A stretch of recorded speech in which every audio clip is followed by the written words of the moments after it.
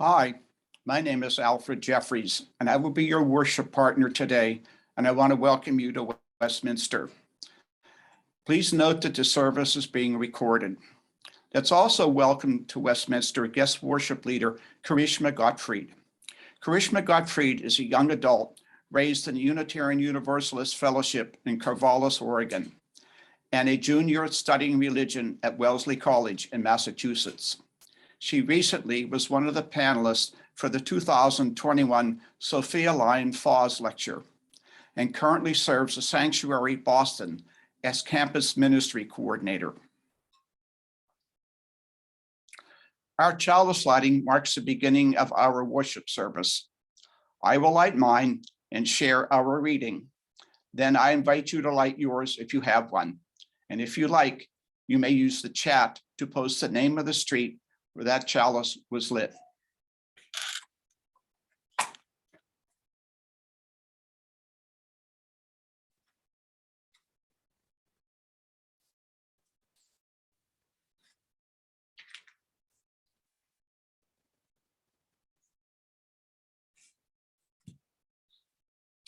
Our chalice lighting is by Deborah Falk.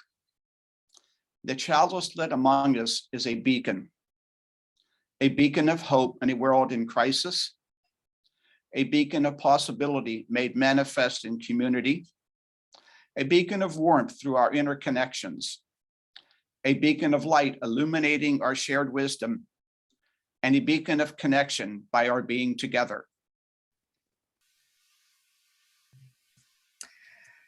Our opening words today come from Katie Kendarian Morris, hoping, trusting for so many things.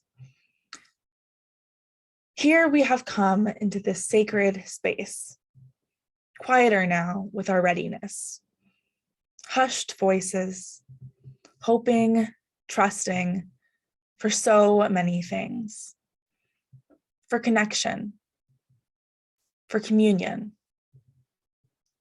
for inspiration, for information, for healing, for wholeness, for words, for music, for celebration and consolation. Here we have come into this space, bringing all of who we are. Let us be willing, however we are changed.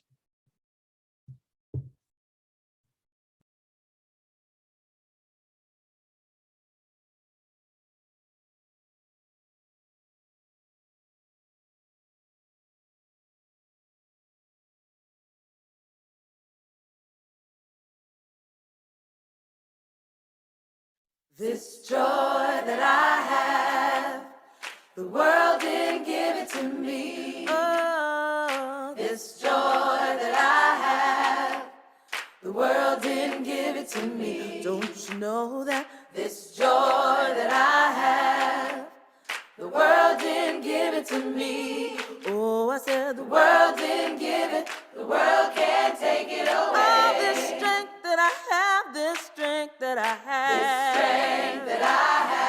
Oh, yeah, now. The world didn't give it to me. The world didn't give it to me. This strength that I have. Oh, yeah. The world didn't give it to me. The world didn't give it to me. This strength that I have. Oh, yeah. The world didn't give it to me.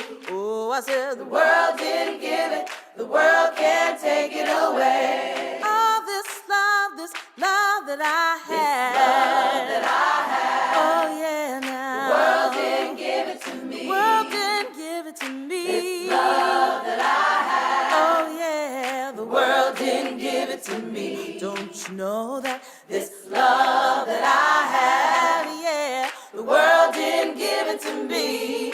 Singing, the world didn't give it, the world can't take it away. Oh, this pride that I have, this pride that I have, this pride that I have. Oh, yeah, now. The world didn't give it to me. The world didn't give it to me. This pride that I have.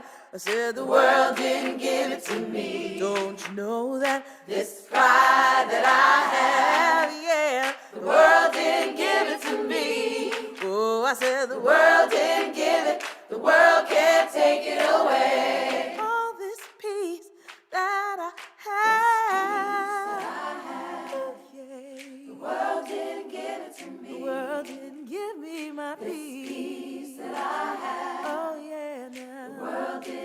it to me. Won't you sing about peace?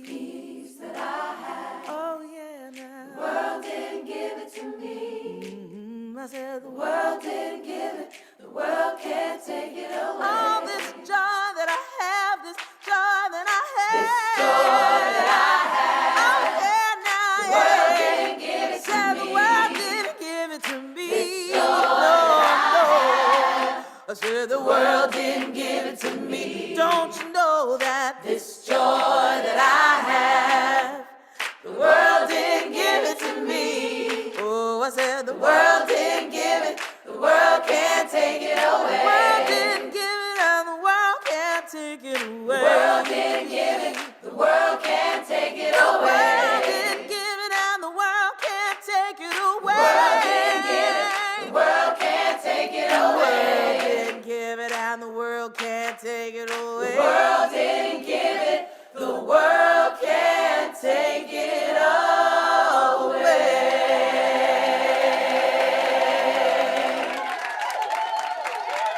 Resistance Revival Chorus believes in the words written by the poet Toy Derricott when she wrote, "Joy is an act of resistance." We believe in the words of Mr. Harry Belafonte, who said, "When the movement is strong, the music is strong." We sing to revive the hearts of those who fight for social justice, and we sing together for freedom.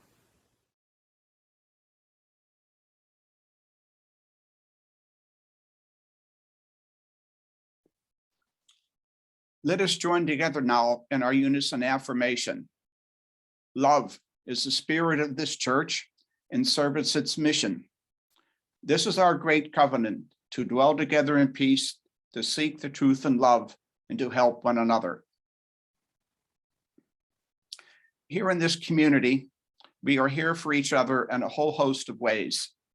And one of the particular ways we can support each other is by being present to each other in what is good and what is hard in our lives. I invite any who would like to take a moment, if you like, to share something in your heart this morning.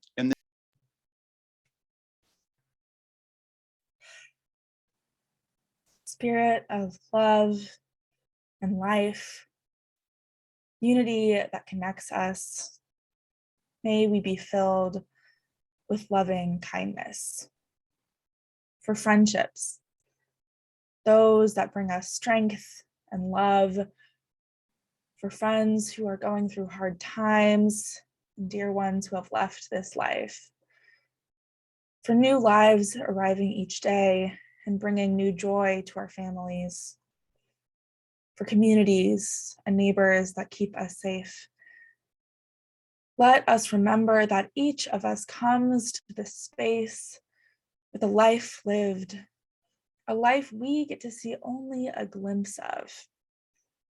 We bring our joy, our gratitudes, our frustrations, our pain, our sorrow, our love. Beloveds, it's a lot to carry. But let us take comfort in the reminder that we do not carry it alone, for that is what this community is for. I invite us to take a breath in whatever way is good for your body. And remember, as we breathe together, although we are physically apart, our spirits are all connected. Blessed be, Amen, Ashe, and may it be so.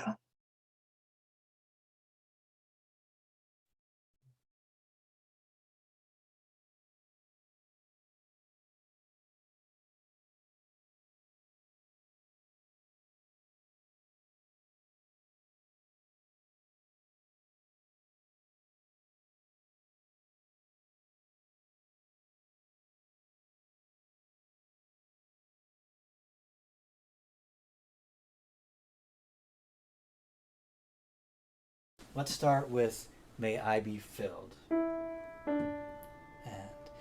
may I be filled with loving kindness. May I be well. May I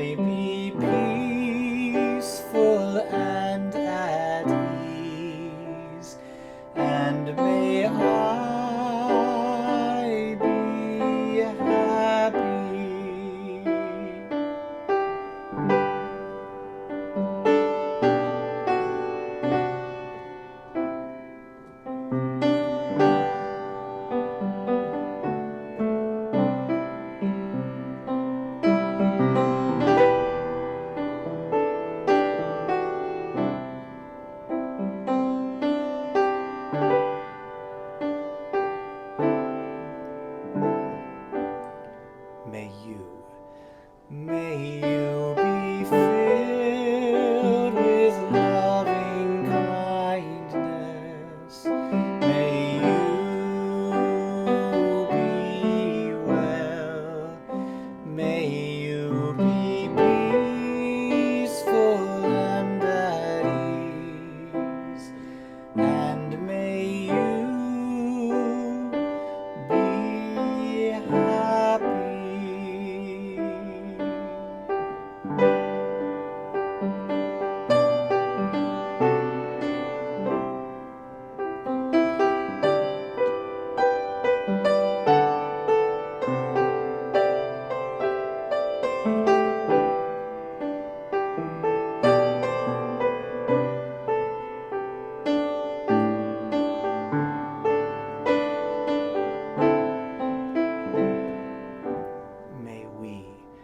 May we be filled with loving kindness.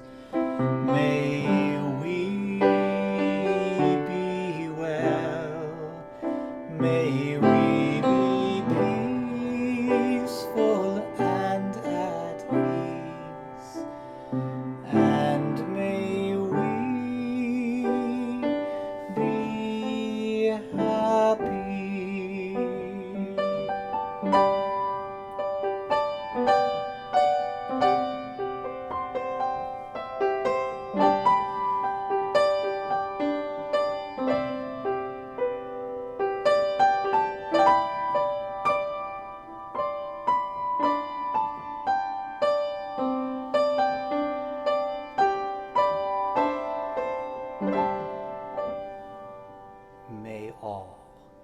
May all be filled with loving kindness. May all be well. May all be peaceful and at ease. And may all be happy.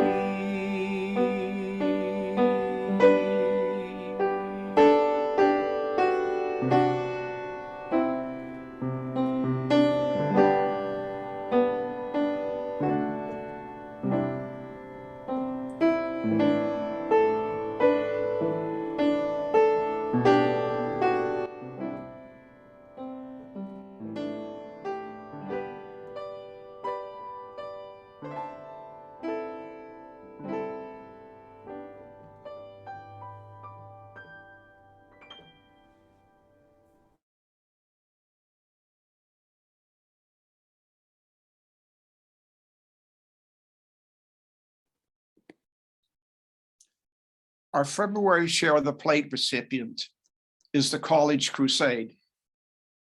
The College Crusade prepares young people in Rhode Island to become the first in their families to attend and complete college. The College Crusade helps students from middle school all the way through to post-secondary education via an engaging and diverse staff representative of the communities that they serve.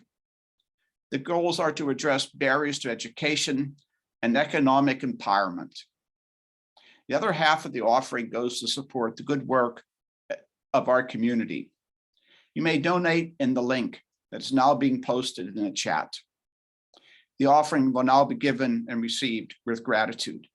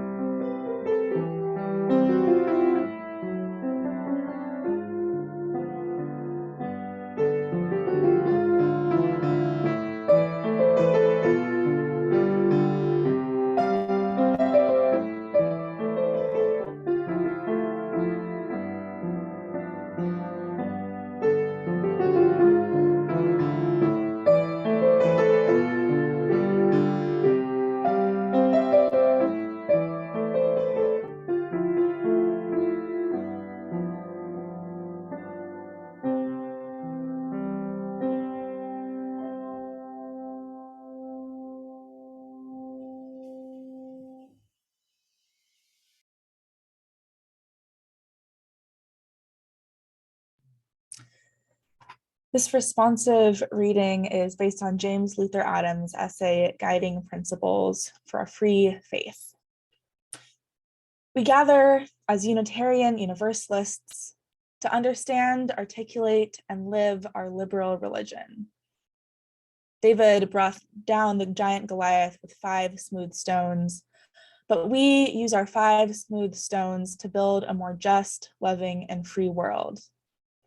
Our first stone reminds us that we are part of a living tradition in which revelation is continuous. Together, we engage in a free and responsible search for truth and meaning. Our second stone reminds us that we freely choose to enter into relationship and community with each other. Together, as people of conscience, we build relationships of justice, equity, and compassion that further the wholeness of the interdependent web of existence of which we are all part. Our third stone reminds us that we have a moral obligation to work toward establishing a just and loving community. Together, we speak and act prophetically with the goal of world community with peace, justice, and liberty for all. Our fourth stone reminds us that good things happen as a result of human effort. Together, as beings with inherent worth and dignity, we create goodness and virtue. Our fifth stone reminds us that the divine and human capacities for achieving meaningful change are reason for optimism. Together, we may be hopeful that change will occur toward a more just, loving, and free world. The roots of our living tradition have been developed over centuries, but new ideas and understandings are still being revealed. Some stones are smooth and polished, while others are newly found and rough. We are part of this living tradition. Through it, we become whole, and through us, our tradition becomes whole.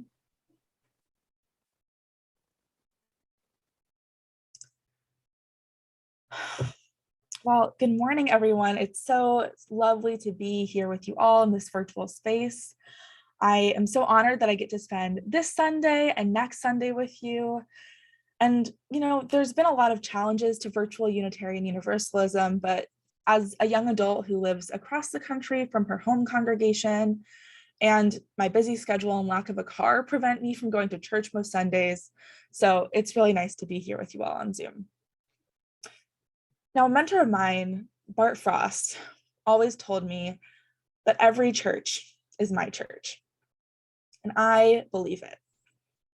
When the fellowship in Washington and the church in Missouri light their chalices the same way, when the congregation I visited in Indiana starts their services with Spirit of Life, just like the meeting house in New Hampshire, when I know instantly, passing a beautiful old building with stained glass windows and a pride flag and a Black Lives Matter sign as I'm driving through the small towns around my new home in Massachusetts, I know that I have found my people.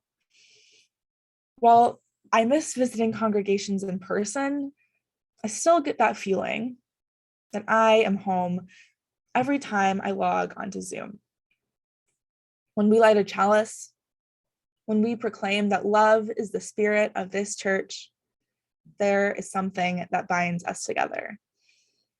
I can sense it, and I hope you can too. And I also have this feeling when gathering in smaller groups of Unitarian Universalists. Always after a check-in and a chalice lighting, we build a set of community agreements, a covenant or a promise that we make to each other about how we're going to act and interact during our time together. And when I lead the group in this process, I always remind everyone that our covenant is a living and breathing document. And we can return to it at any point, ready to add or remove or edit or discuss anything we've agreed to. And there's that feeling again, that we are all connected to something greater than ourselves, something that ties us together in community. It's not a doctrine or a creed, but a covenant we have made with each other. There's this joke I like to tell that once when a UU died, they arrived at a crossroads with two signs. One pointed to heaven, and the other pointed to a discussion about whether there was a heaven or not.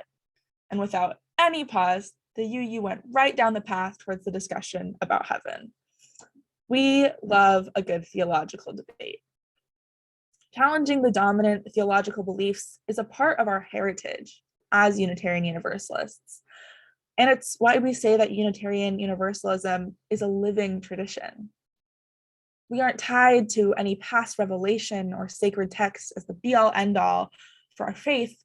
We are constantly learning new truths and revising our beliefs. I went through the coming of age program in 2013, and we spent a weekend working on our credo boards. They were physical poster boards that displayed our statements of faith proudly to the congregation. And looking through my cohort's boards, I noted that some believed in an all-knowing, all-loving capital G God. And some attributed their being here to the stars and the skies and the beginning of time. And one simply had a large question mark. I don't remember exactly what mine said, but I am confident that what I believed in 2013 was drastically different than what I believe now. And I'm certain if you ask me again in a few years, it will have changed. The coming of age program took place in the congregation I grew up in, the UU Fellowship of Corvallis, Oregon.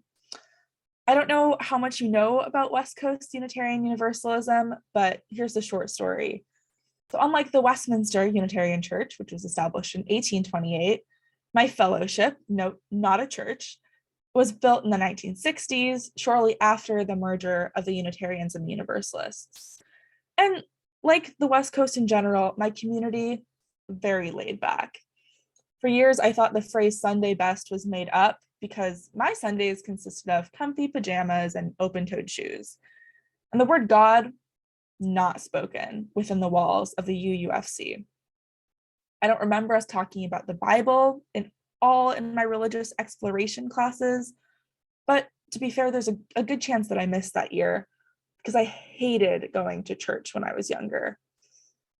My fellowship lay in the liminal space between Christianity and atheism, and it was a place I did not know how to navigate. I grew up in what some people call the unchurched belt, in the least religious county in the United States. And the majority of my friends weren't religious.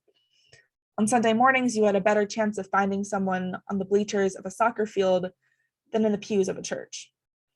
When I explained to my friends that I couldn't go to their games because I had to go to church, they tilted their heads to one side, puzzled. But I would much rather have that interaction than the other alternative.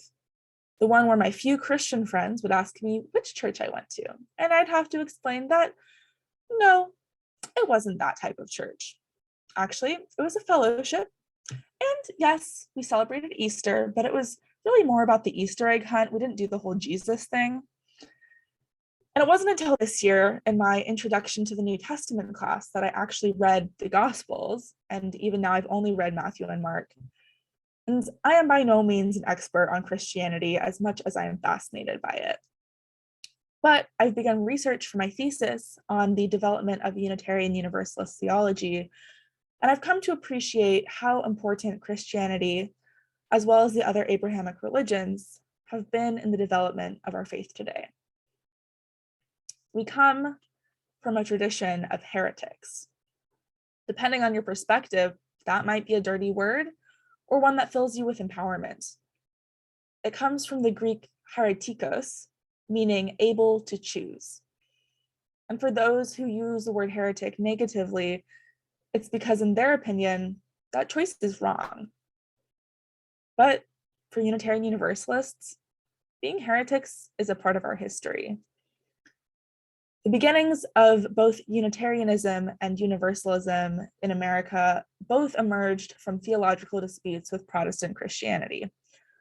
Early Unitarians and pre-Unitarians like Charles Chauncey, Henry Ware, and Theodore Parker constantly argued with other Calvinists about the ideas of human free will and predestination. Early Universalists like John Murray and Caleb Rich challenged the flaws of Protestant Christianity from another angle, convinced that salvation must be for all instead of for a select few. Both groups ridiculed, denounced, and rejected. And Universalist poet Edwin Markham later wrote, "They drew a circle to shut me out. Heretic, rebel, a thing to flout. But love and I had the wit to win. We drew a circle and took them in." Heretics are the ones who are able to choose. The free thinkers, the progressive religious leaders of our faith. And we are also the ones who draw the circle wider, embracing those marginalized communities that have been harmed by the status quo. It can be hard to be a heretic. It means that more often than not, you're on the outside looking in, left to explain why you can't go to the soccer game and why you're not really sure who Jesus is.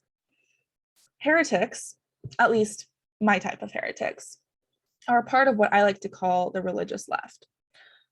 For too long, the religious right, those who are both theologically and socially conservative, have had a monopoly on the conversation around faith and public life. Being a leftist and being an atheist, or being Christian and being conservative, are often synonymous with each other. But I firmly believe we need to join with our siblings in faith, progressive religious people, and take back religion for the left. When not forced on a person or tainted with harmful ideas about sin, faith can be a powerful tool for justice. Now, even though I didn't really know anything about the Bible growing up, there were a few stories that ended up somewhere in my consciousness. Adam and Eve, Noah and the Ark, and David and Goliath. And that story, David and Goliath, is one I'd like to share with you today. So David, who will later become King David, is at this point just known as the youngest son of a shepherd who lived in Bethlehem. And the prophet Samuel has declared King Saul unfit to rule the Israelites and declared David to be the next leader, but David still has to prove himself. David's a pretty small guy, not your first choice to pick in a battle, and to be honest, probably not your second or your third either. But the Israelites are in battle against the Philistines, and it's not going well. Their largest and fiercest warrior, Goliath, has offered to end the battle right now if the Israelites will send one soldier out to fight him. And the Israelites are scared, but no one steps forward to fight Goliath until one day when David, who is still just a shepherd, is visiting the battlefield to give some bread to his older brothers, and he hears Goliath's offer. And to everyone's surprise, he decides to take it. His brothers try to convince him not to go. King Saul tells him he's too young and shouldn't risk it. But David explains he's fought off lions and bears to protect his father's sheep, and finally King Saul agrees. He wants to give David all of his armor and weapons, but instead, David goes down to the river, picks up 5 smooth stones, and with his slingshot, approaches the battlefield. You probably know how the story ends. If you don't, spoiler alert, David does win and ends up becoming the king. But David wasn't a warrior. He wasn't the head of his family. He wasn't any stronger than Goliath. In fact, he was considerably weaker. But he had something that Goliath did not: faith. The traditional Christian interpretation of this story generally stops there. Through faith in God, anything is possible. Now, I know I just met most of you today, but I hope you know me well enough at that point to know that's not where I'm going to end. You know, some people ask me why we call our Sunday services worship if we're not worshiping God. And some UUs even reject the word worship and get frustrated when we refer to a UU gathering as a worship service. But that's kind of what I love most about our services, that we're not all worshiping God, and even those of us who are worshiping different gods and ideas of God. And when I think of the word worship, it isn't about worshiping some greater power, but about worshiping the space we can all be in together. worshiping our shared humanity. David may have been believing in the strength of God as he approached Goliath, but he was also putting faith in his people, the Israelites, and his family, waiting for him to return to safety. And David had something else Goliath didn't have either, those 5 smooth stones. And as Malcolm Gladwell explains in his book about David and Goliath, Underdogs, Misfits, and the Art of Battling Giants, those stones in that slingshot wasn't just a lucky trick. David knew from his experience as a shepherd that a well-slung stone could be more powerful than any human strength, if he knew how to wield it. So the story of David is not just about believing in yourself and your people, but also utilizing the tools you have through your own experiences, learned how to wield, and doing something no one else thought you could do. So I'll leave you with these questions. If we're David, what are our tools? Who is our Goliath? And next week, I'll share with you the tools I think Unitarian Universalism needs to confront the Goliath of the religious right in the 21st century. I'll use the 5 jagged rocks created by religious professionals in the Western United States as a theological jumping off point to explore all of the richness and potential that I think that Unitarian Universalism has to offer the world. And as for now, I'd like to share with you one of my favorite songs performed by the UUAC 2020 General Assembly Choir, There Will Be Better Days.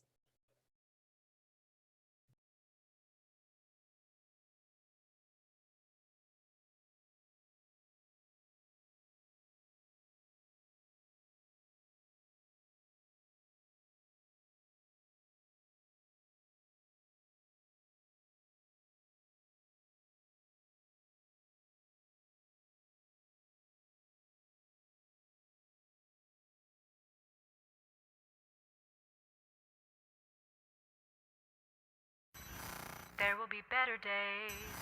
There will be better days. There will be better days. There will be better days. There will be better days. There will be better days. There will be better days. There will be better days. Let the wave wash over. There will be better days. There will be better days. There will be better days. I am there will be better days. There will be better days. There will be better days. There will be better days. Let the wave wash over. There will be better days. There will be better days. There will be better days. Let the wave wash over. There will be better days. There will be better days. Let the wave wash over. There will be better days. There will be better days. There will be better days. I am there will be better days. There will be better days. There will be better days. Let the wave wash over. There will be better days. There will be better days. There will be better days. Let the wave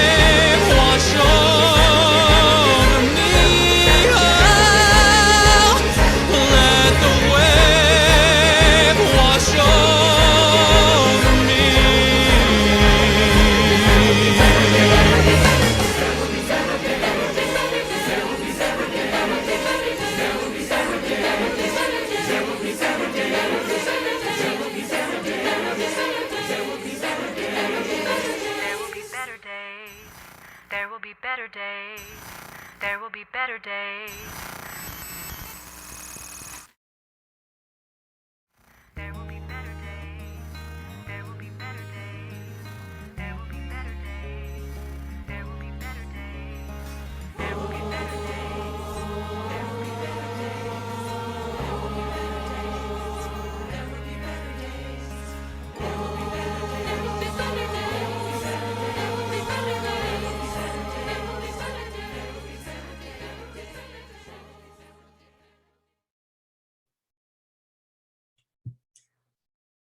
Our closing words come from Eric Walker Wickstrom.